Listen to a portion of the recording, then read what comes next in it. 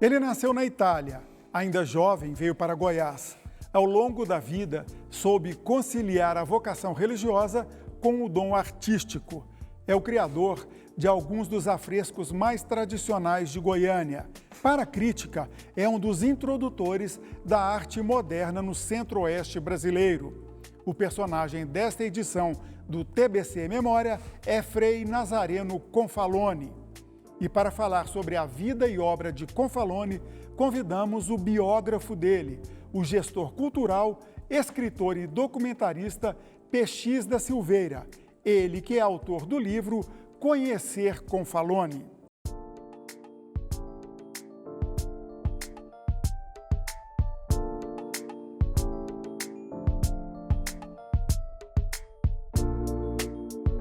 Olá, Px, um prazer ter você aqui com a gente. É um prazer todo meu estar aqui no TBC Memória. Px, pela quantidade de material que você trouxe aí, tudo de autoria sua sobre o Frei Confalone, você há muito tempo pesquisa a vida dele, né?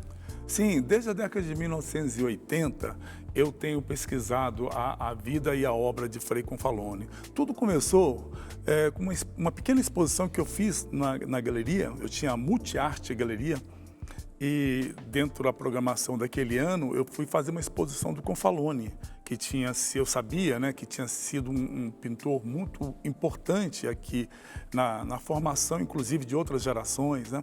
Mas cadê as obras do Confalone? Ninguém sabia onde estavam essas obras, ninguém via essas obras, né? Então eu resolvi fazer uma exposição, consegui pouquíssimas obras para essa exposição, cerca de 8, 10 obras somente, mas foi a primeira. E ela serviu para que eu me apaixonasse definitivamente pela obra do Frei. E daí todos esses livros aqui, eu tenho uma dezena de livros sobre ele, eu trouxe aqui uns 5, 6 para mostrar para vocês e para o ouvinte. Pois é, eu vou até inverter o roteiro aqui da entrevista, que mais para o final a gente ia falar, inclusive, do que você está procurando obras do Confalone. Quer dizer, desde aquela época você está atrás do acervo dele e ainda assim tem coisa que não foi encontrada. Como que é isso? Olha, o Confalone, ele era um pintor voraz, né? Ele não podia ficar parado, que ele já pegava um papel, já ficava desenhando, ele era compulsivo. O Amaury Menezes, conversando com ele, a gente chegou a mais ou menos uma ideia de que o Confalone teria pintado 5.000 obras em sua vida.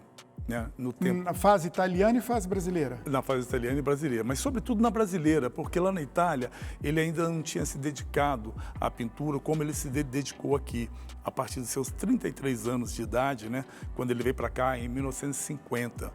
Então, dessas 5.000 obras que ele teria feito, eu já consegui, nesse projeto Razoner Confalone, catalogar quase 1.600 obras, né? Já passei de 1.500. E até eu gostaria, se você me permite, fazer a propaganda desse projeto aqui, divulgar o projeto, que se chama Razoner Confalone. É o primeiro razoner sobre um artista goiano, né? Eu comecei a fazer em 2015, né? E de lá para cá eu já consegui catalogar essas obras, né? Mas ele ainda está em aberto. Bom, Frei Nazareno nasceu em 1917, lá na Itália, morreu aos 60 anos de idade aqui em Goiânia. Ele viveu um pouco mais da metade da sua vida na Itália, mas parece que a identidade dele com nós goianos foi muito forte, né? Foi. Ele veio para cá porque ele foi convidado por Dom Cândido Penso. Ele era da Diocese de Goiás. Cidade de Goiás. E cuidava da Igreja do Rosário, lá em Goiás. E a igreja tinha passado por um processo de reforma e Dom Cândido estava em Roma e também precisando de missionário para cá, né? A princípio ele convidou o Confalone para vir como missionário. O Confalone não quis vir. No começo da conversa, assim, o Confalone não respondeu favoravelmente. Mas quando, no dia seguinte, Dom Cândido convidou o Confalone não para vir ser um seminarista, exercer as suas funções de clérigo aqui na cidade de Goiás, na prelazia do Bananal, né?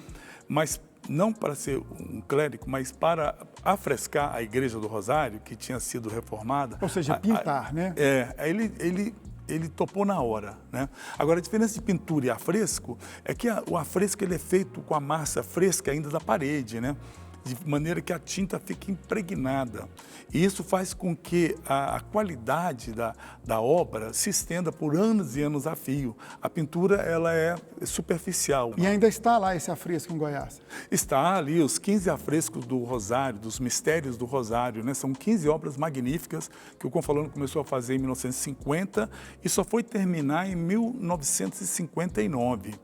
Né? Logo no início do período que ele veio para a cidade, depois de 1 ano e 3 meses, ele já estava vindo para Goiânia, porque ele percebeu que havia uma necessidade muito grande, uma abertura muito grande para as artes em Goiânia naquela época. E ele pediu a transferência, né? Ele foi o primeiro dominicano a se estabelecer em Goiânia, né? E ele conseguiu aquela área do setor Coimbra, aquela praça, que hoje tem o nome dele, né? Conseguiu aquela praça, conseguiu construir lá a igreja São Judas Tadeu, que ele projetou e acompanhou toda a construção. Então, quer dizer, o Confalone era uma pessoa muito dinâmica, muito produtiva, né? E tudo isso sem deixar de pintar e sem deixar de cuidar das suas ovelhinhas, né? Tá, falamos da igreja do setor Coimbra, agora da estação ferroviária, antiga estação ferroviária, inclusive foi recuperado recentemente. Fala um pouco desse outro afresco de Confalone. Na estação ferroviária, nós temos lá 2 afrescos, um frente ao outro, na parte alta do saguão de entrada, né? São, de um lado, os bandeirantes modernos, do outro lado, os bandeirantes antigos, né? Ele fez uma contraposição da população indígena e dos bandeirantes que vieram para cá, com uma projeção futura, que a gente vê assim uns trens que parece mais uns bólidos assim atravessando o ar, né? Uma coisa bem modernista. Exatamente. E são 2 obras em afresco, medem 9 de largura por 3 de altura, e que Confalone fez com toda a liberdade. Não é um tema sacro, né? É interessante notar isso, porque até então ele se dedicava a pinturas sacras, né? Nossa Senhora, representações da Via Sacra, cenas religiosas, né? Ali não, ele já faz uma pintura profana, digamos assim. E o painel que está lá na antiga sede da CELG, setor oeste, na Avenida Anhanguera, parece que está sendo, inclusive, degradado. Como é que está a preservação disso? Olha, é uma pena, é uma coisa muito triste o que aconteceu com esse painel, né? Esse painel até 2019, ele podia ser visitado ali na sede da então Secretaria de Estado da Educação. Foi CELG, depois Educação, é isso, né? Sim, foi CELG, o prédio foi vendido e depois a educação alugou e se alojou lá, né? Ele sempre foi muito bem protegido, mas de uma hora para outra, o prédio foi abandonado porque a Secretaria de Estado saiu de lá e não entregou as chaves oficialmente para os proprietários, que não quiseram receber as chaves por motivos contratuais, né? E então o painel ficou ao Deus dará, literalmente ao Deus dará. E uma coisa abandonada, né, logo percebida, e eles entraram e o resultado é que o painel está irremediavelmente vandalizado. Tem salvação? Tem como Sem recuperar? salvação. Eu trouxe um técnico lá de Belo Horizonte, o Wagner Luz, para poder observar e fazer um estudo. E ele ficou aqui em Goiânia 3 dias estudando o painel e chegou à conclusão de que ele não tem salvação do ponto de vista técnico, né? O que a gente não deixa de ser otimista, né? A gente está, inclusive, propondo que esse painel seja embalado nas atuais condições em que ele está, seja retirado de lá. Retirar a parede mesmo. Retirar a parede, fazer uma embalagem, estabilizar quimicamente os agentes que o compõem, né? Faz uma embalagem e faz uma espera criacionista, né? Para ver se daqui a algum tempo possa existir uma tecnologia que consiga separar as tintas que no painel estão totalmente agregadas ali, sabe? De maneira que se você for mexer, você solta a pintura e isso causa um dano irremediável. Sempre se poderá reconstituir o painel, reconstruí-lo, mas não é a mesma coisa, né? Nós falamos dos afrescos, rapidamente da parte religiosa dele. Agora, ele gostava muito de pintar retratos também, né? Sim, mas o Confalone ele pintava retrato, gostava de pintar retrato, mas só que ele não agradava, ele não fazia pintura para agradar, né? Geralmente as pessoas até reagiam mal ao retrato, porque não se identificava ele provocava. Com ele naquele momento. Ele provocava, ele geralmente ele via qualidades na pessoa que ela mesma não estava vendo ainda. Então, e isso refletia na fisionomia, né? Ele colocava, então, alguns detalhes que a pessoa ficava assim meio ressabiada e pensativa e não se apaixonava ali por aquela imagem dela, né? Mas que depois, com o passar do tempo, é que via como o Confalone conseguiu antever, né? Como o Confalone conseguiu representar visualmente o que a pessoa agora sente, agora se vê. Sabe? E o Confalone modernista, como é que foi isso, ele trazer a vanguarda da arte para Goiás? Olha, isso foi muito importante porque o Confalone foi para nós um marco zero, né? Antes dele, Goiás tinha aquela arte ali que, pela história, você via, por exemplo, os paisagistas, né? Os desenhistas, com aqueles temas bucólicos e tal. O Confalone chegou com uma imagem, com a informação da arte moderna, que ele tinha estudado na Academia de Firenze, né? Ele estava ali em pleno efervescer da arte moderna no mundo, né? E ele trouxe com ele essa bagagem.